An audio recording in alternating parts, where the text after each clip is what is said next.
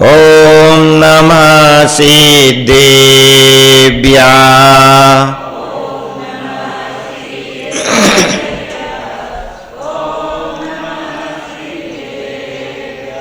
ओम नमः अर्हदेभ्यः।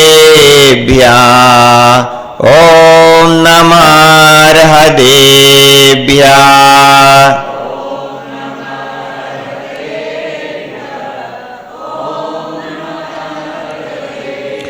ओम नमः गुरुदेवेभ्यः। ओम नमः गुरुदेवेभ्यः। ओम गुरुदेवेभ्यः। ओम नमः गुरुदेवेभ्यः। ओम नमः विराटसागरेभ्यः। ओम नमः ओम नमः विराटसागरेभ्यः। ओम नमः विराटसागरेभ्यः। ओम नमः विराटसागरेभ्यः। नमः श्रीवर्धमानाय निर्धूतकलिलात्मने सालोकानां त्रिलोकानां यद्विद्यादर्पणायते यद्विद्यादर्पणायते। गुरु अर्हत गुरु सिद्ध गुरुराचार्य पाठका गुरु साक्षात् परम साधु तस्मै श्री गुरवे नमः। तस्मै श्री विराट गुरवे नमः। तस्मै श्री विराट गुरवे नमः। अनंत अनंत सिद्ध परमेष्ठी भगवान की, देवादिदेव 1008 श्री पार्श्वनाथ भगवान की जय। देवादिदेव 1008 श्री सिमंदर स्वामी भगवान की जय।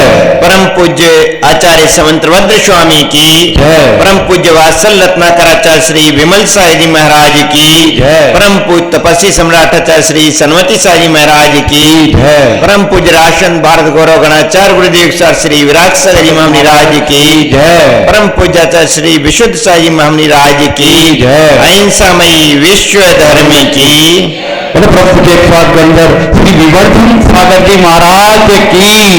परम पूज्य श्री विश्व नायक सागर जी महाराज की। मुनि संघ की। नमोस्तु गुरुवर, नमोस्तु गुरुवर। भवबंधु श्री 1008 पार्श्वनाथ स्वामी की प्राचीन प्रतिमा, जहाँ विशाल गगनचुंबी शिखर, विशाल गुंबद, ऐसे मनोज्ञ पड़ावा के इस जनालय में सभी का सौभाग्य के क्षण है कि जिन क्षणों में हम भगवान की उस दिव्य देशना का रसपान करते हैं, जो कि दिव्य देशना इस संसार से पार कराने में हेतु है। संसार की वाणी को तो हमने बहुत सुना, लेकिन वह वाणी संसार का वर्धन करने वाली ही रही। लेकिन वह क्षण हमारे दुर्लभ क्षण होते हैं जिन क्षणों में हम जिनेंद्र भगवान की वाणी को श्रवण करते हैं। आचार्य संतवत स्वामी के महान ग्रंथ रत्नगण श्रावकाचार के माध्यम से हम सभी उसी जिनेंद्र वाणी को श्रवण कर रहे हैं। परम पूज्य गुरुदेव गणाचार्य स्वामी विराट साई जी महाराज को स्मरण करते हुए उनके चरणों में नमन और वंदन करते हैं, जिन परम पूज्य गुरुदेव ने अनेकानेक भव्य मोक्षियों को इस मोक्ष मार्ग पर अग्रसित करके उनके जीवन को एक नई दिशा दी।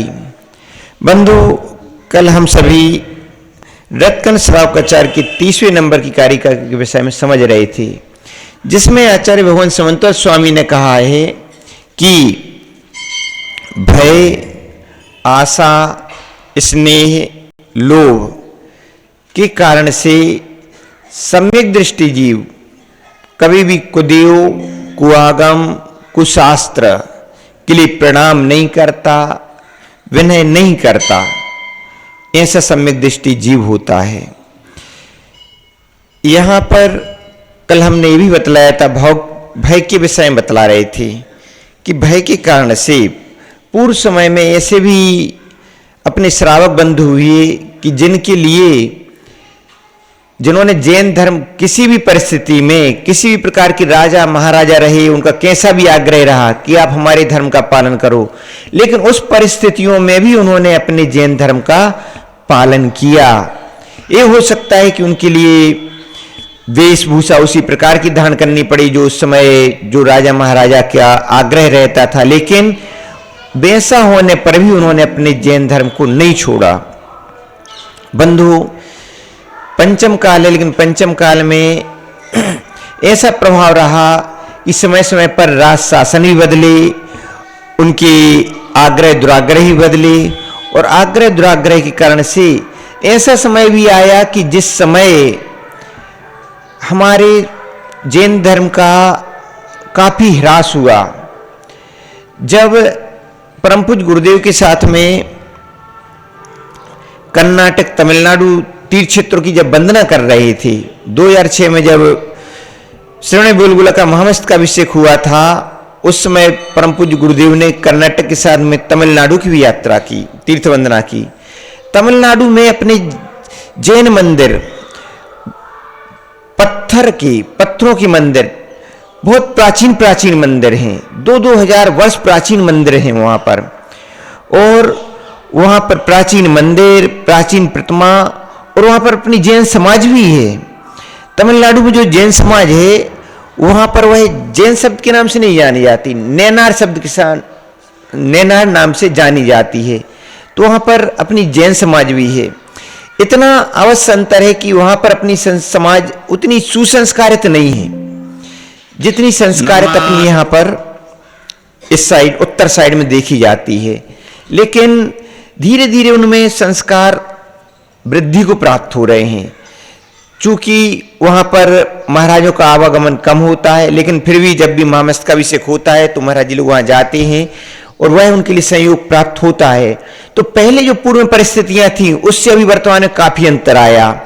तमिलनाडु में पहले महाराजों को जाने में ही काफी परेशानी होती थी, प्रॉब्लम होती थी। वहां पर महाराज जी लोग जाते थे तो अन्य धर्मावलंबी आदि काफी उसमें उनसे उनके लिए बाधा पहुंचती थी। उनका आग्रह रहता था कि आप हमारे इस एरिया में ना आए। लेकिन जैसे जैसे महाराजों का आवागमन बढ़ा और अब वहां की अनेक अनेक रास्ते ऐसे हैं कि जहां पर लगभग महाराजों का आना जाना होता रहता है। पोन्नूर मलय, अरिहंतगिरी आदि ऐसे स्थान है कि जहां पर आगमन होता है। पांडिचेरी, इस स्थानों पर अब लगभग मुनिराजों का आवागमन बना रहता है और वहां पर अभी चातुर्मास भी हुए। आचार्य श्री ने भी उस समय बेलचित्तामूर में चातुर्मास किया था 2006 में। वर्धमान सागर जी का भी उस समय पोन्नूर मलय में चातुर्मास हुआ था और उसके पश्चात उन्होंने पांडिचेरी में भी चातुर्मास किया। आचार्य श्री देवनंदी जी ने चेन्नई में भी चातुर्मास किया। तो इस प्रकार से धीरे धीरे सने सने रास्ते वहां के भी खुलते जा रहे हैं। तो एक समय ऐसा भी रहा है कि तमिलनाडु में लगभग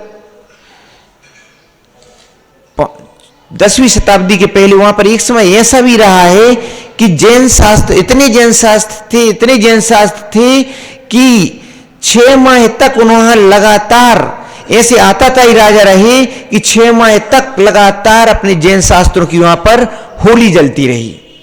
ऐसा भी समय रहा है बंधु, ऐसा भी समय अपने जैन समाज का रहा कि ऐसे लगातार ताड़पत्र पर लिखी हुई प्राचीन प्राचीन ग्रंथ थी और उन प्राचीन ग्रंथों की ऐसी होली जलती रही।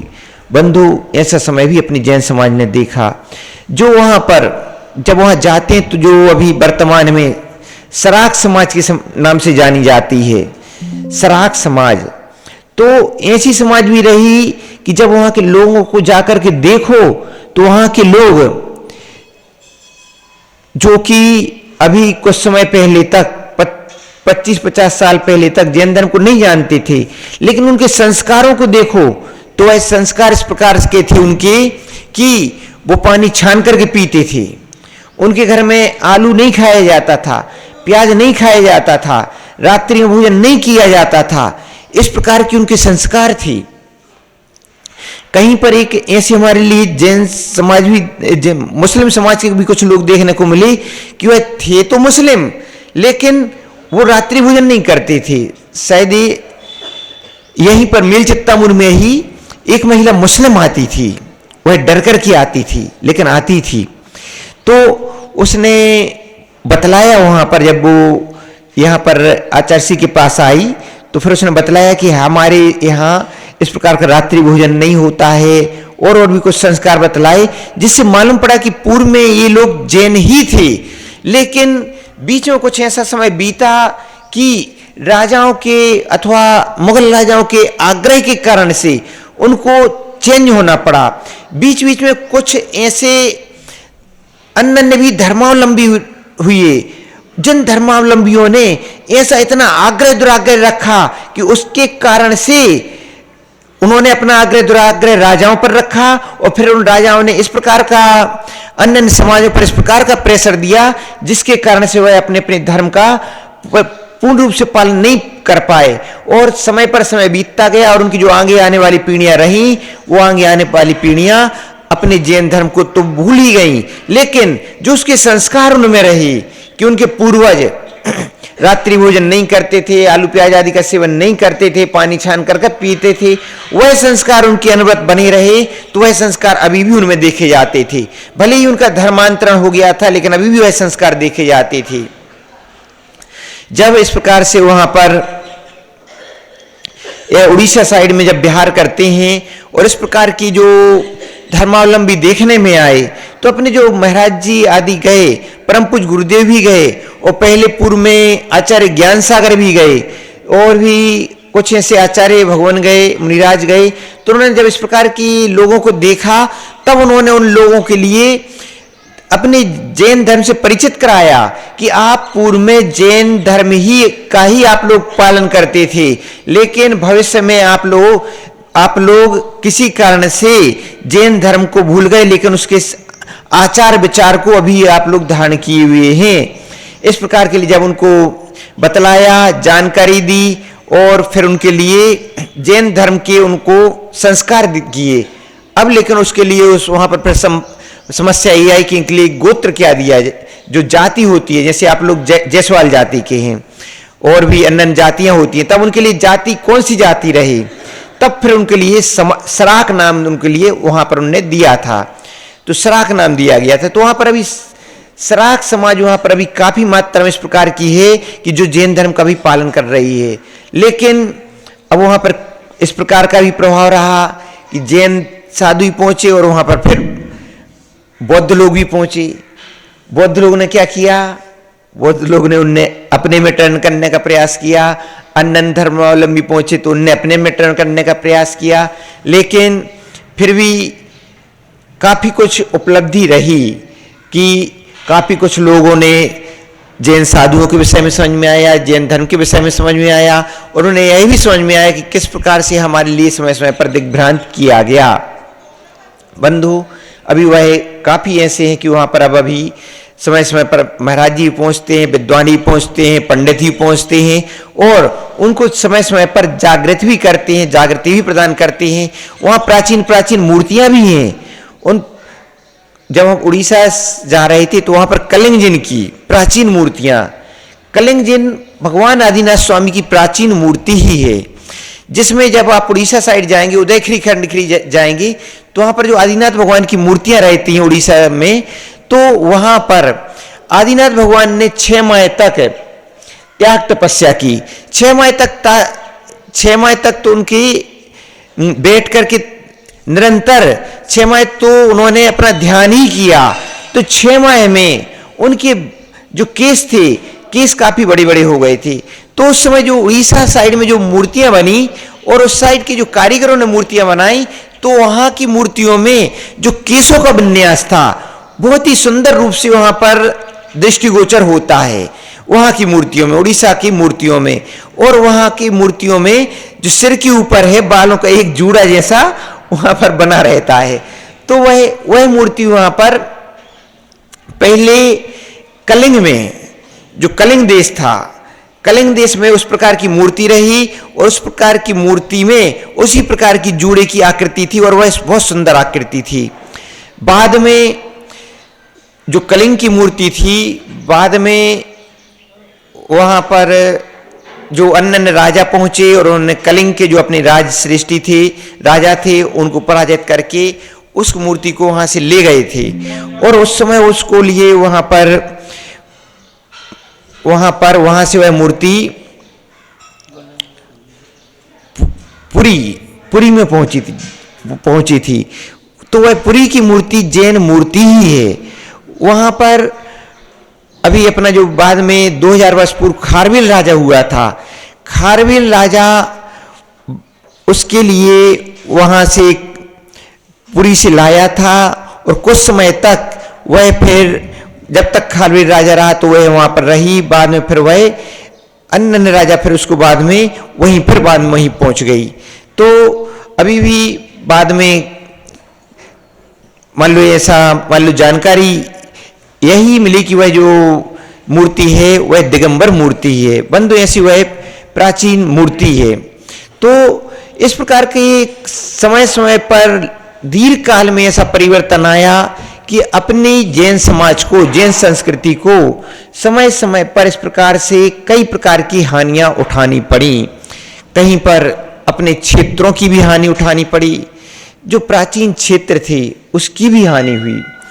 उदयगिरी खंडगिरी में जो अपना प्राचीन मंदिर है, प्राचीन गुफाएं हैं, जब आप उदयगिरी खंडगिरी में जाएंगे तो खंडगिरी में मुनिराजों के बस्तिकाएं बनाई गई थी, मुनिराजों के लिए ध्यान के स्थान बनाए गए थे, बहुत सुंदर सुंदर गुफाएं बनाई गई थी। वहां के राजाओं ने वहां पर मुनिराजों के ध्यान के लिए ऐसी गुफा बनाई कि मुनिराज बैठ करके उसमें ध्यान कर सकते हैं, इतनी ही स्थान की बैठ करके ध्यान ही कर सकते हैं।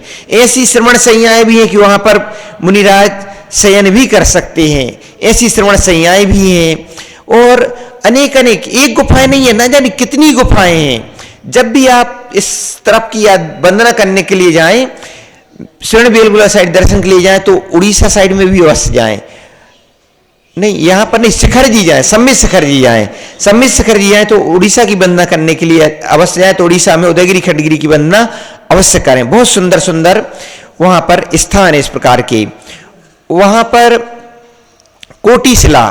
कोटिशिला किसके लिए कहा जाता है? उसी स्थान के लिए ही कोटिशिला कहा जाता है जिसके लिए अपने जो नारायण रहे हैं, चाहे लक्ष्मण रहे हो, श्री कृष्ण रहे, उन्होंने उस कोटिशिला को उठाया था। नारायण की पहचान इससे होती थी कि जब प्रसंग आया कि रावण से युद्ध की जब बात आई और जब वो सुग्रीवादी थे, तो सुग्रीवादी जब राम लक्ष्मण आदि से मिले और जब यह बात आई, प्रसंग आया कि हरण करके सीता का कौन ले गया है, और पता लगा दिया सुग्रीवादी ने कि रावण उसका हरण करने के ले गया है, तब राम आदि ने जब उससे रावण से को जीतने के लिए बात रखी, तब सुग्रीवादी एक बार सोच में पड़ गए कि रावण तो शक्तिशाली है, उसको कैसे जीत पाएंगे। तब उन्होंने राम के सामने यही प्रस्ताव रखा कि रावण के विषय में यह कहा गया है, किसी मुनिराज ने बतलाया है कि जो भी कोटिशिला को उठाएगा वही रावण को क्या करेगा, परास्त करेगा। तो वहां पर यह प्रसंग आया, तब लक्ष्मण वहां गए और लक्ष्मण ने कोटिशिला को अपने हाथों से उठाया था। तो उस समय वह सुग्रीव समझ गए कि सुग्रीव हनुमान आदि समझ गए कि लक्ष्मण वह शक्ति है कि रावण को परास्त कर देगा। फिर उसके बाद उन्होंने राम लक्ष्मण के लिए सहयोग किया और राम लक्ष्मण के द्वारा फिर वह वहां पर पहुंचे, लंका पहुंचे और रावण के लिए परास्त किया था। तो वह कोटिशिला का शास्त्रों में उल्लेख मिलता है कि जहां से अनेक कोटि मुनिराजों ने वहां से मोक्ष को प्राप्त किया है, ऐसी वह कोटिशिला थी।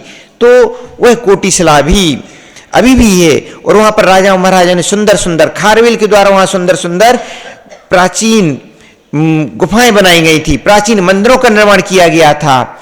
उदयगिरी पर्वत पर भी जब देखे तो बहुत प्राचीन मंदिर है और वहां पर जो नीचे साइड में, जो मंदिर के नीचे साइड में भी प्राचीन प्राचीन मंदिरों का उसने निर्माण कराया था। और पर्वत पर बहुत सुंदर सुंदर उसने मूर्तियां भी उत्कीर्ण कराई थी। 24 मूर्तियां एक साथ उत्कीर्ण हैं। और वहां पर अनेक अनेक देवी देवताओं की भी उस समय पद्धतियां थी। तो देवी देवताओं की भी, जो यक्ष यक्षिणी होते थे, उनकी भी मूर्तियां उत्कीर्ण थी वहां पर। समय का प्रभाव ऐसा पड़ा कि अन्य अन्य जो दूसरे धर्मावलंबी भी थे, वे भी पहुंचे। और उन्होंने क्या किया, वहां पर चूंकि समाज कम थी तो उतना ध्यान नहीं गया, और धीरे धीरे उन्होंने वहां पर अपना स्थान जमा लिया। और अब ये स्थिति हो गई कि वहां पर जैन समाज है, जैन समाज का भी स्थान है, लेकिन अन्य समाज के लोग भी, जैन मूर्तियां हैं, सब कुछ है, लेकिन अन्य धर्मावलंबी उनके लिए पूजन का स्थान बना, ध्यान पूजन पाठ का स्थान बनाए हुए हैं। बंधु, इस प्रकार का समय समय पर जैन धर्म का, हाँ, खारवेल ने वहां पर उस समय वहां पर यति सम्मेलन भी कराया था और कल्पद्रुम महामंडल विधान की बहुत विशाल रचना भी की थी।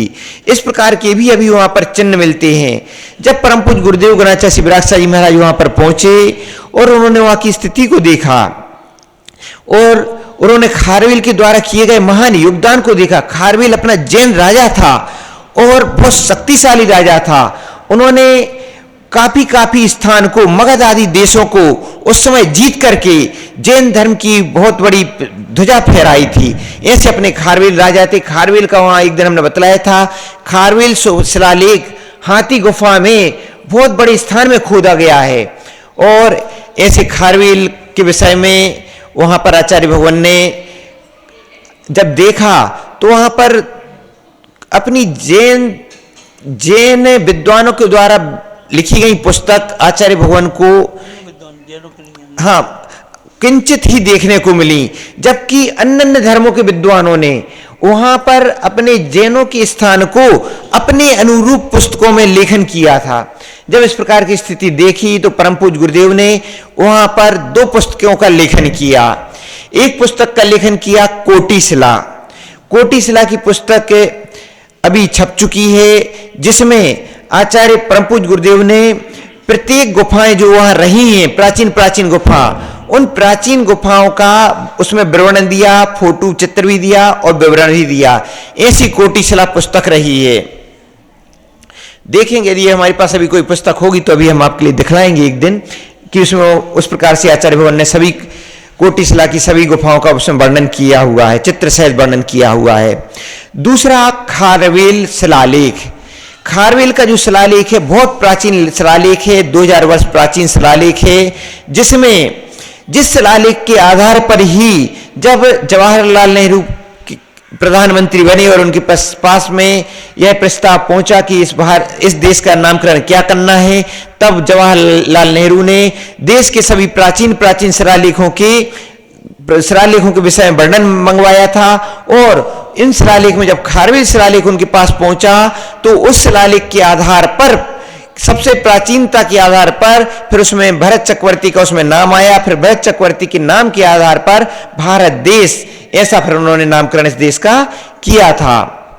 तो यह दूसरा आचार्य भगवान ने वहां पर कार्य क्या किया कि जो शिलालेख वहां पर खोदा गया है, खारवेल का यह शिलालेख जो खारवेल द्वारा खुदवाया गया था और जो कि ब्राह्मी लिपि में था, उस ब्राह्मी लिपि के शिलालेख को परम पूज्य गुरुदेव ने उसका पूरा अर्थ किया, सांगोपांग, जो उसमें जितनी भी लाइनें थी सभी लाइनों का अलग अलग अर्थ किया।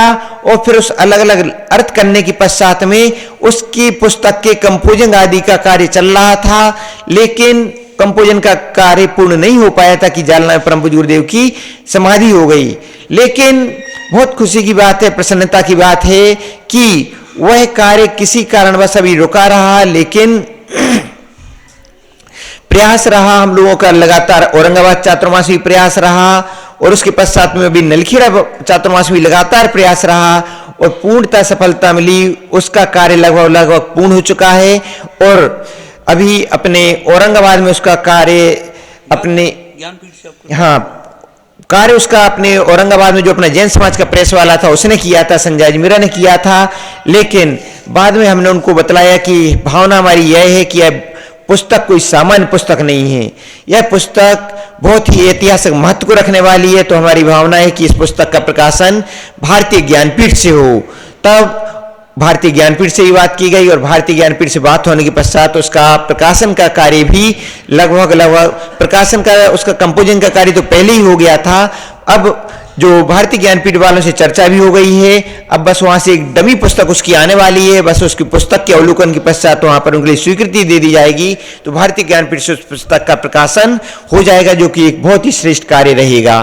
तो बंधु, इस प्रकार से यहाँ पर अपने प्राचीन क्षेत्र रहे, जो कि क्षेत्र भी रहे, साहित्य भी रहा, और अपने तो अन्य धर्मावलंबियों द्वारा अपने क्षेत्रों की क्षति हुई, अपने शास्त्रों की भी क्षति भी हुई, और साथ साथ में अपनी प्राचीन मूर्तियां रहीं उनकी भी क्षति हुई।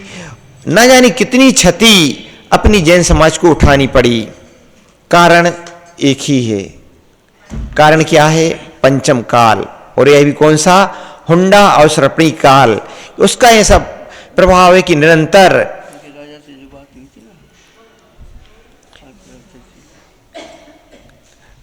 तो उसका प्रभाव ऐसा रहा कि निरंतर जो अभी स्थिति देख रहे हैं, धीरे धीरे अपने क्षेत्र, जैन समाज के क्षेत्र हैं, चाहे गिरनार जी देखो, प्राचीन क्षेत्र जहां से नेमिनाथ स्वामी ने मोक्ष पाया, और आज ऐसी स्थिति हो गई कि दर्शन करने के लिए विचार करना पड़ता है, सोचना पड़ता है, एक एक करके हानि उठानी पड़ रही है। लेकिन पावागढ़ आदि सने, लेकिन भली हम अहिंसक हैं, लेकिन अपनी अहिंसक होते हुए भी अहिंसक तो हैं, लेकिन अपने लिए इस बात का भी ध्यान रखना है कि जो हमारे क्षेत्र हैं, जो हमारी संस्कृति है, उसका लोप ना होने पाए। अपनी ओर से तो पूरा ही पुरुषार्थ करना है, किसी प्रकार की कमी नहीं रखनी है, जितना हो सके उतना प्रयास करना है। बाकी अपने जो चंद्रगुप्त के स्वप्न और भरत के स्वप्न में आया हुआ है कि जब तक यह पंचम काल रहेगा तब तक जैन धर्म रहेगा। तो जैन धर्म पंचम काल के अंतिम समय तक रहना है, ऐसा नहीं है कि पंचम काल के पहले जैन धर्म चला जाएगा, रहेगा, पंचम काल तक रहेगा। हो सकता है दक्षिण में ज्यादा प्रभाव रहे, जहां भी प्रभाव कम है सब दक्षिण में अधिक प्रभाव रहे, लेकिन पंचम काल के अंत तक रहेगा। तो अपना बंधु जैन धर्म है, और इस प्रकार से हमारे लिए गौरव इस बात का है कि पंचम काल होते हुए भी वर्तमान काल में अपना सौभाग्य है कि अपना जन्म हुआ तो कम से कम तीर्थंकर नहीं है, तो तीर्थंकरों की वाणी हमारे लिए श्रवण करने को मिल रही है, सुनने को मिल रही है। हम उस तीर्थंकरों की वाणी को सुनकर के कम से कम इतना पुरुषार्थ करें कि कम से कम इस भाव में भगवान बन पाए ना बन पाए, लेकिन आगे के भाव में एक दिन भगवान जरूर बन जाए। जितनी हमें तीर्थंकरों की वाणी मिली है, उस वाणी से जो आचार्य भगवान सम्यक दर्शन के सूत्र बतला रहे हैं, तो कम से कम वो सम्यक दर्शन हमारी आस्था में बना रहे, सम्यक दर्शन हमारे अंदर में बना रहे, सम्यक दर्शन के सूत्रों को हम आत्मसात करे रहें, तो वह धर्म, जैन धर्म हमसे छूट नहीं पाएगा। लेकिन जैन धर्म छूट गया तो सब कुछ छूट गया।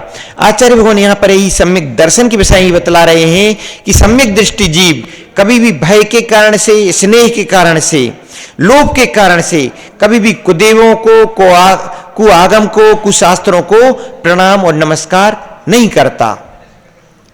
इसमें ध्यान रखना है। इसमें ध्यान रखना है कि एक लौकिक व्यवहार भी होता है। लौकिक व्यवहार कैसा होता है? लौकिक व्यवहार ऐसा होता है कि कभी अन्य व्यक्ति रहते हैं, अन्य व्यक्ति समाज के लोग रहते हैं, सभी के लिए हमें सामान्य सम्मान तो देना ही होता है। सामान्य सम्मान, जो देश का राजा होता है, देश का कोई व्यक्ति होता है, तो उसके लिए सामान्य सम्मान इस प्रकार का देना होता है कि अन्य कभी कोई नेता आ जाते, आदि आ जाते, तो ऐसा नहीं है कि उनके लिए मारपीट करके भगा दो, क्या करना पड़ता है, कोई नेता है तो सामान्य रूप से उसके लिए अब सम्मान कर देते हैं, सामान्य रूप से उसके लिए हाँ आइए बैठिए, इस प्रकार का लोग सामान्य सम्मान कर लेते हैं। तो सामान्य सम्मान तो सभी का किया जाता है, उसमें किसी के लिए अपन ने हाथ जोड़ लिए तो उसमें कोई ऐसा नहीं हो गया कि अपन ने कोई अपने सम्यक दर्शन को खो दिया। एक लौकिक रूप से किया गया सम्मान होता है, उसमें उस प्रकार का भी आवश्यक कार्य होता है। यदि उस प्रकार का कार्य नहीं किया जाए तो भी धर्म की हानि होती है। क्या हानि होती है, कहीं का कोई राजा है, शक्तिशाली राजा है, और वह अपेक्षा रखता है कि सभी हमारा सम्मान करें। अब सभी सम्मान में उसके भी हाथ जोड़ करके अभिवादन कर लिया जाता है। यदि आपने उसका अभिवादन नहीं किया तो वह क्या हो जाएगा, अब तो राजा की पद्धतियां नहीं रहेंगी। लेकिन पूर्व में ऐसा भी रहा कि उसका किसी ने अभिवादन नहीं किया तो हो सकता है उसने पूरे अपने जैन धर्म को ही क्या कर दिया, हानि कर दी। तो सामान्य रूप से सम्मान कर लिया जाता है, लेकिन एक बात का ध्यान रखा जाता है कि कभी भी भगवान मान करके हम उनको नमस्कार ना करें। क्या मान करके नमस्कार ना करें, भगवान मान करके। अन्य देवी देवता भी होते हैं, क्या होते हैं, देवी देवता भी होते हैं। देवी देवता कैसे होते हैं, एक देव वह भी होते हैं, देव जो शब्द कहा गया तो इसमें चार प्रकार के देव कैसे, एक देवाधिदेव। देवाधिदेव में कौन आ गए, अपने अनंत प्रभु आ गए, सिद्ध प्रभु आ गए, यह देवाधिदेव हो गए। दूसरे हो गए देव, देव में कौन हो गए, सम्यक दृष्टि देव, जो स्वर्गों में देव रहते हैं, स्वर्गों में रहने वाले देव में एक सम्यक दृष्टि देव, वह क्या हो गए, देव। और एक कुदेव, स्वर्गों में रहने वाले देव जो सम्यक दृष्टि तो नहीं है, मिथ्या दृष्टि है, वो कौन हो गए, कुदेव। एक हो गए अदेव, अदेव कौन हो गए, जो देव तो नहीं है लेकिन उनके लिए देव रूप से मानते हैं। जैसे रास्ते से जा रहे थे, विहार कर रहे थे, तो क्या देखा, एक वृक्ष पर कपड़े बंधे हुए हैं और लोग क्या बोल रहे हैं, यह चिथ्रियाऊ देवी हैं। कौन सी देवी हैं, चिथ्रियाऊ देवी। इसमें घर का कोई पुराना कपड़ा ला करके बांध दो, अपनी मनोकामनाएं पूर्ण हो जाती हैं। एक जगह विहार कर रहे थे तो वहां पर क्या देखा, लोग अपने तीर्थक्षेत्र की वंदना कर रहे थे। बावन में वंदना करने के लिए पहाड़ पर जा रहे थे तो वहां पर पत्थर रखे देखे। सोनगर में भी ऐसा देखा, तो बीच में रास्ते में क्या देखे, पत्थर के ऊपर पत्थर रखे देखे। पूछा भैया ये ऐसा क्या है, ये क्या है, तो बोला यहाँ पर पत्थर के ऊपर पत्थर रख दो तो अपना मकान अच्छा विशाल मकान बन जाता है। अब ऐसी मान्यताएं कि जहां पर कोई देव नहीं है, कुछ नहीं है, उसमें देव की कल्पना करना, वह तो अदेव है। इसी प्रकार से वृक्षों को में देव मान लेना, आदि आदि स्थानों पर देव मान लेना, गाय आदि में देव मान लेना, इस प्रकार की जो मान्यताएं रहती हैं कि जहां देव नहीं है वहां देव की मान्यता करना, तो यह अदेव में देव की कल्पना करना। अब यहां पर हमें ध्यान रखना है कि कई बार ऐसा भी होता है कि तीर्थंकर भगवानों के यक्ष यक्षिणी भी होते हैं। 24 तीर्थंकर हैं, उनके यक्ष यक्षिणी भी हुए हैं। अलग अलग तीर्थंकर देव की अलग अलग यक्ष यक्षिणी हैं, उनके अलग अलग नाम हैं। तो ऐसा कहीं कहीं पर हम देखते हैं, किन्हीं किन्हीं मंदिरों में, आप प्राचीन मंदिरों में जाएं, प्राचीन मूर्तियों में देखें तो उसमें एक और यक्ष की मूर्ति बनी रहेगी, एक यक्षिणी की भी मूर्ति बनी रहेगी। किन्हीं किन्हीं मंदिरों में कहीं पर यक्ष भी होंगे, यक्षिणी की भी मूर्ति होगी, कहीं पर क्षेत्र रक्षक आदि देव भी होते हैं। तो इस प्रकार के होते हैं। तो अब इसमें हमारे लिए ऐसा नहीं है कि वो हैं तो हम उनका तिरस्कार कर दें। सामान्य रूप से सम्मान उनको हम कर सकते। आपके लिए कोई साधन ही मिल जाते हो, क्या कर लेते हैं आप, हाथ जोड़ लेते हैं, जय जिनेन्द्र कर लेते हैं, नमस्कार बोल देते हैं, माता पिता के लिए प्रणाम बोल देते हैं, कोई वरिष्ठ जन होते हैं उनके लिए प्रणाम बोल देते हैं। एक सामान्य सम्मान होता है। तो इसी प्रकार से कोई साधन जनों के लिए सामान्य सम्मान करते हैं, तो सामान्य सम्मान कर लेने में कोई अपना सम्यक दर्शन छूट नहीं गया, यह सामान्य सम्मान है, वह अपनी जगह आवश्यक है। लेकिन किसी को भी भगवान के समान नहीं मानना। अन्य को किसी को भी सम्मान तो दें, लेकिन कैसे सम्मान नहीं देने, भगवान के समान, देवादिदेव समान, अनंत परमेष्टि हैं, सिद्ध परमेष्टि हैं, उनको जैसा हम सम्मान दे रहे हैं वैसा सम्मान ना दें। उनके लिए हम जैसा वंदना कर रहे हैं वैसा हम उनकी वंदना नहीं करें, इस बात का ध्यान रखना चाहिए। तो इसी उद्देश्य से इस बात का भी ध्यान रखना चाहिए कि कभी भय से, आशा से, स्नेह से अथवा लोभ के कारण से हमारे लिए अच्छी धन मिल जाए, अच्छा संपदा मिल जाए, तो उनकी क्या करना, उनके लिए प्रणाम करना, विनय करना, तो यह नहीं करना चाहिए। कई बार कुलिंगी कहा गया, तो कुलिंगी अर्थात वे साधु तो बहुत अच्छे हैं, वे तो उनके पास जाओ तो वो तो सब बतला देते हैं, आगे पीछे का सब बतला देते हैं, उनकी तो बहुत विद्वान हैं, उनके विषय में तो क्या कहें, वो तो उनसे जो पूछो वह बतला देते हैं। बंधु, यह सब क्या है? ये सब छोटे छोटे चमत्कार हैं। कोई थोड़ी भी सिद्धि करे, थोड़ी सी, आचार्य विमल शाह जी कहते थे कि कोई व्यक्ति 1 हफ्ते के लिए ब्रह्मचर्य व्रत का पालन करता है और छोटी सी सिद्धि कर लेता है और आप उन सिद्धियों से प्रभावित हो जाते हैं। अपने जैन संतों को देखो जो अखंड ब्रह्मचर्य व्रत का पालन करते हैं, तो उनके अंदर तो न जाने कितनी सिद्धियां होती हैं, लेकिन कभी भी वह सिद्धि के लिए कार्य नहीं करते, वह तो अपनी साधना के लिए कार्य करते हैं। तो कभी हमें दूसरे साधुओं की, जो कि जैन धर्म का पालन नहीं करते, अन्य धर्मों का पालन करते हैं, और हम उनकी छोटी मोटी सिद्धियां देख करके प्रभावित हो जाते हैं। बंधु, कभी भी किसी की भी ऐसी छोटी सिद्धियां देख करके, उनके लौकिक चमत्कार देख करके हमें प्रभावित नहीं होना चाहिए। उनसे प्रभावित होकर के प्रणाम करना, उनको नमस्कार करना, उनकी विनय करना, बंधु, यह हमारे सम्यक दर्शन के खोने के स्थान होते हैं। कभी कभी ऐसे स्थान भी होते हैं, आयतन भी होते हैं कि जहाँ के चमत्कारों को देख करके प्रभावित हो जाते। वहाँ की वेदी की तो बड़ी महिमा है, वहाँ का तो बड़ा चमत्कार है, वहाँ जो मनोकामना करने जाओ वहाँ पूर्ण हो जाती है। न जाने कहाँ कहाँ पर ऐसी चमत्कारों को सुन करके आप अपने सम्यक दर्शन को खो देते हैं, आप अपने सम्यक दर्शन को बेच देते हैं। तो ध्यान रखना चाहिए कि हमें ऐसे स्थानों से अपने सम्यक दर्शन की रक्षा करनी है। हम यहाँ पर जाकर के अपने सम्यक दर्शन को खो देते हैं और आप थोड़ी सी प्राप्ति के लिए, थोड़ी सी रोग बीमारी से बचने के लिए अपने सम्यक दर्शन को खो देते हैं और सम्यक दर्शन छूट जाता है। और सम्यक दर्शन, एक बार का सम्यक खोया हुआ सम्यक दर्शन कब मिलेगा कब नहीं मिलेगा भरोसा नहीं रहता है, आपके अनंत संसार भ्रमण का हेतु होता है। तो आचार्य भगवान का आशय यही है कि कभी भी भय से, आशा से, स्नेह से, लोभ से कभी भी कुदेवों को, कुआगम को, कुलिंगियों को कभी भी प्रणाम नहीं करना चाहिए, विनय नहीं करना चाहिए। वही सच्चा सम्यक दृष्टि होता है, ऐसा जानना चाहिए। ऐसा आचार्य भगवान का इस 30वें नंबर की कारिका का आशा है। ऐसा जाने, ऐसा समझे। परम पूज्य आचार्य उदय शास्त्री विराट सजी महाराज की